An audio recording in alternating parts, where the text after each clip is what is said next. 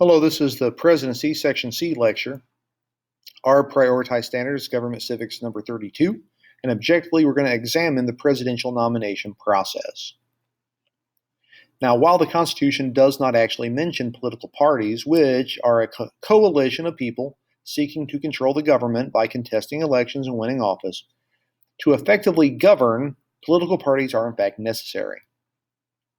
Now, in the U.S., the winner in each electoral district is the candidate receiving the plurality of the votes, which means they receive the most votes, yet not necessarily a majority of the vote. So, for instance, in 2016, the Republican primary, Donald Trump had the most votes, but the majority of people actually wanted to vote for somebody else. So that's what's meant by plurality. Again, just means you got the most votes. Now, more candidates in an election actually decreases the chances of any one candidate winning. A plurality electoral system, like in the United States, usually causes two major political parties to emerge, as it maximizes the likelihood of winning office. In much of Europe, they actually have a proportional system where they do not have a single winner in an election, and often they have many more than two major parties. Now, political parties bring together candidates, campaign donors, and campaign workers with similar beliefs more easily. Now, by reducing the field of candidates to just two primary candidates, it makes it easier for voters to learn about candidates that are running for office. Political parties have tended to form coalitions based on what are called political ideologies, which are political divisions that occur naturally in society. The two major political parties in the U.S. are the Democratic and Republican parties. Members of the Democratic Party tend to follow the political ideology that's known as liberalism, which usually has to do with trying to advance progress. As where members of the Republican Party, which is sometimes referred to as the GOP or the Grand Old Party, they tend to follow the political ideology known as conservatism, which usually has to do more with the status quo, keeping things the way they have been.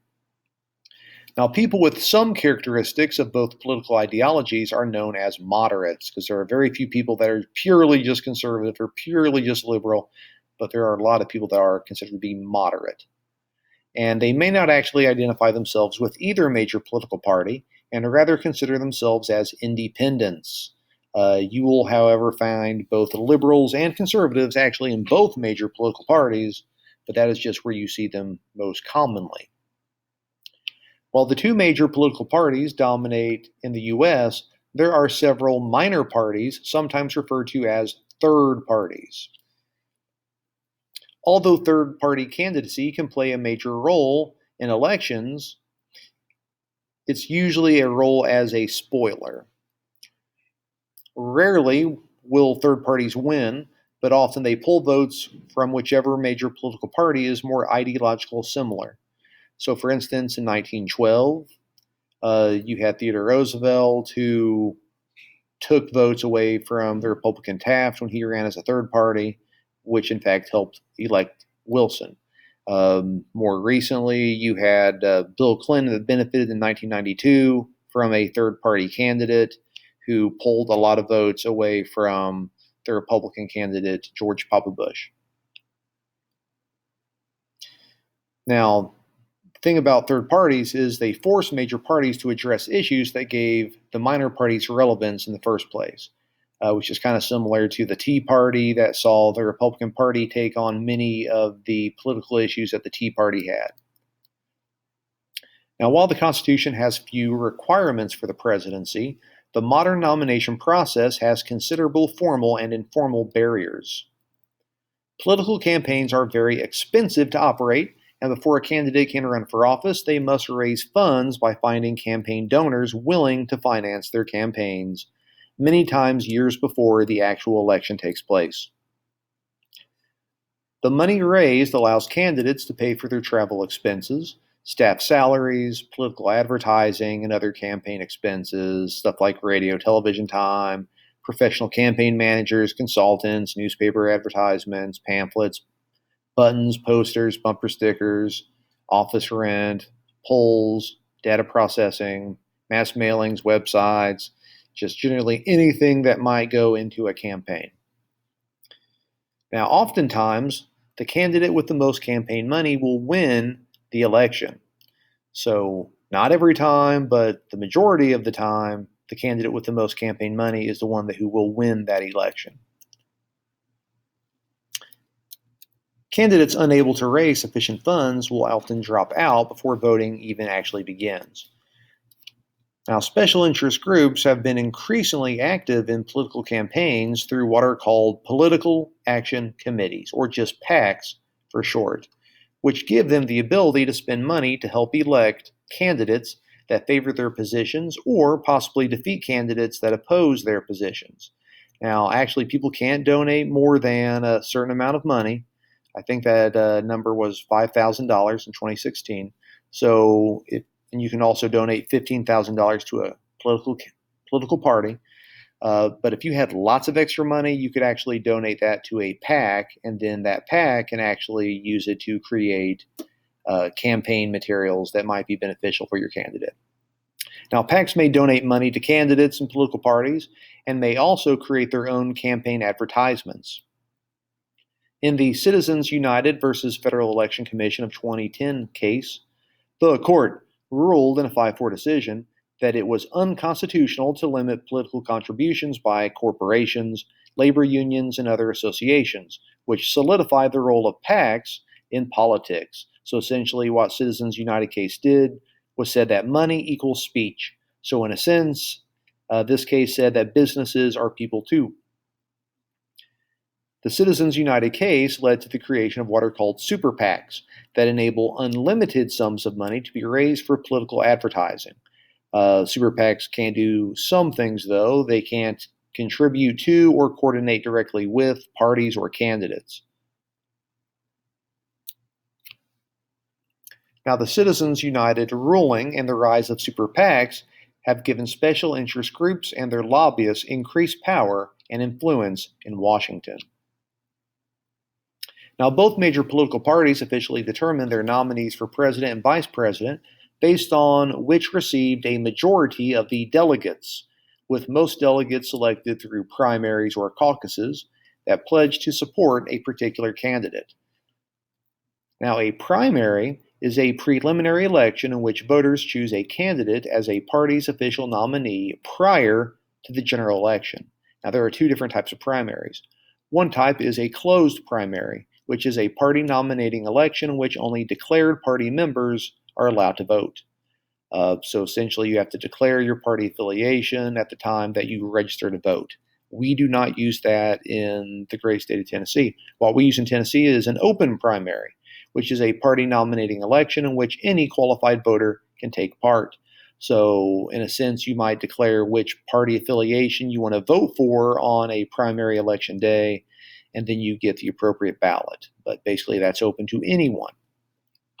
Another way they pick delegates is through a caucus, which is a local meeting where registered members of a political party gather to discuss and vote for a preferred party candidate. Now, this might not sound dramatically different than a primary, but it is different in how they do it. Unlike a primary, a caucus does not afford the confidentiality of a secret ballot. So essentially, you go to an area where everyone else that also supports your candidate is also in that same area, and then someone will come and count. Now, if your preferred candidate is not deemed what's called a viable candidate, you may actually shift your alliance to another candidate. So like in this example, so maybe you came for candidate E, and you find out very quickly that there's not a lot of support for candidate E. So then you actually have the ability that you could go possibly to one of the larger areas that has a more viable candidate there. In a presidential election cycle, the first delegates are chosen in early February at the Iowa caucuses and the New Hampshire primary in each presidential election year. Now, the Iowa caucus is going to take place February the 3rd, 2020, and then about a week later, the New Hampshire primary is going to take place on February the 11th, 2020. Now, doing well during these early contests is important to gaining increased name recognition and more campaign donations, and increasing their chances that they might actually be elected. Now, if candidates actually do poorly during these early races, they generally have a very difficult time gaining new donations. So, as frontrunners arise, others struggling to find funding generally drop out of the race. So, in these early races, if you're not in the top three, usually you have no chance at all of being objective. As I said, frontrunners, when they arise, the other ones will start to drop out. Now, while the primary and caucus season does not actually end until June, generally the winner is widely known well before then. After what's called Super Tuesday, which is March the 3rd, 2020, which has 12 different states that are actually voting, which includes some of the large states like California and Texas with a lot of population,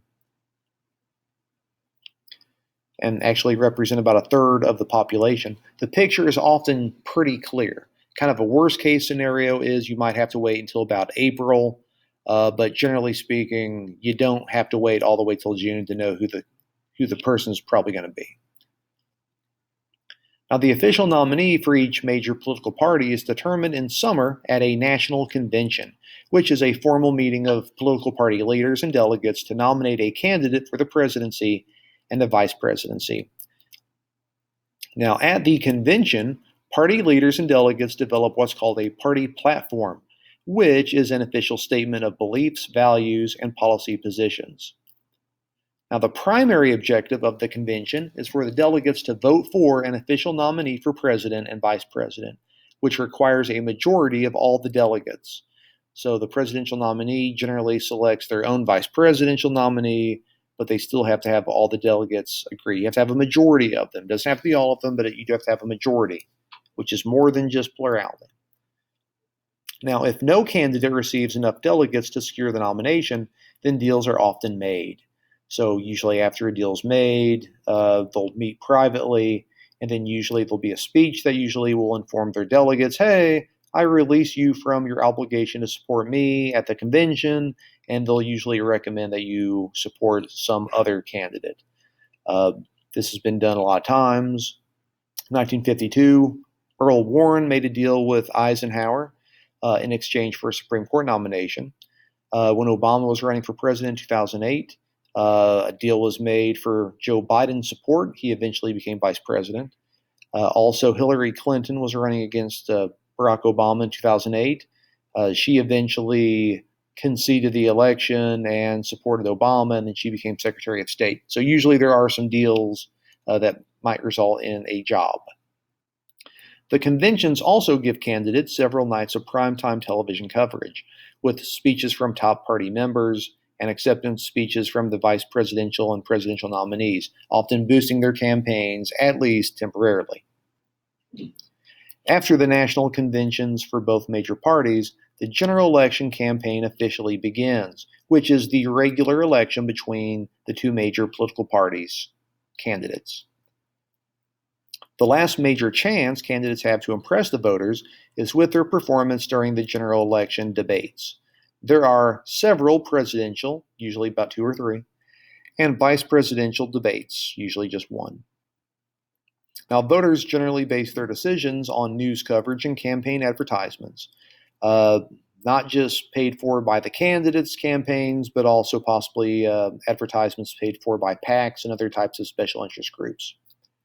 On actual election day, which is on the first Tuesday after the first Monday in November, so November 3rd, 2020 is our next one, voters cast their votes not for a president and vice president, but rather for a group of electors that will choose the president and the vice president. We'll talk more in depth about that in the next video.